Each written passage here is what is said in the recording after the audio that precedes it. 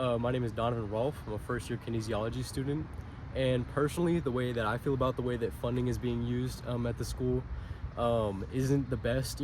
Rebuilding the USU for something that I'm not even going to be here to use when equipment in our labs is pretty outdated to the point where we can't even do some of our labs to the fullest extent. Equipment or other places that are used more often than the USU. I just don't feel like it's the right way to spend funding. Hi, I'm EJ. I'm a junior. I'll be a senior next year, and I am a studio art major, and I'm applying for the BFA program for graphic design.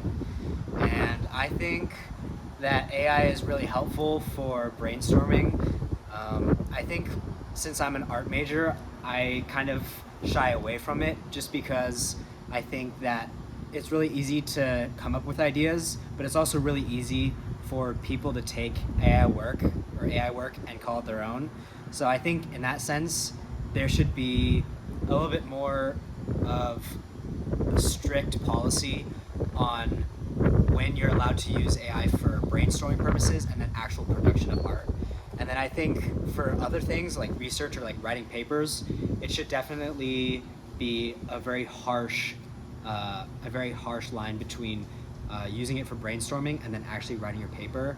And I think most schools, at least this school, does a pretty good job of like putting regulations on when you're allowed to use AI and like scans your document to see if you used AI. But I think definitely some teachers don't know how powerful it is. So in that way, it's easy to find ways around it. So that's what I think about that. My name is Ryan Dewar. I am a second-year aerospace engineering major, and I think that cancel culture sometimes is holding people accountable, but most of the time is toxic.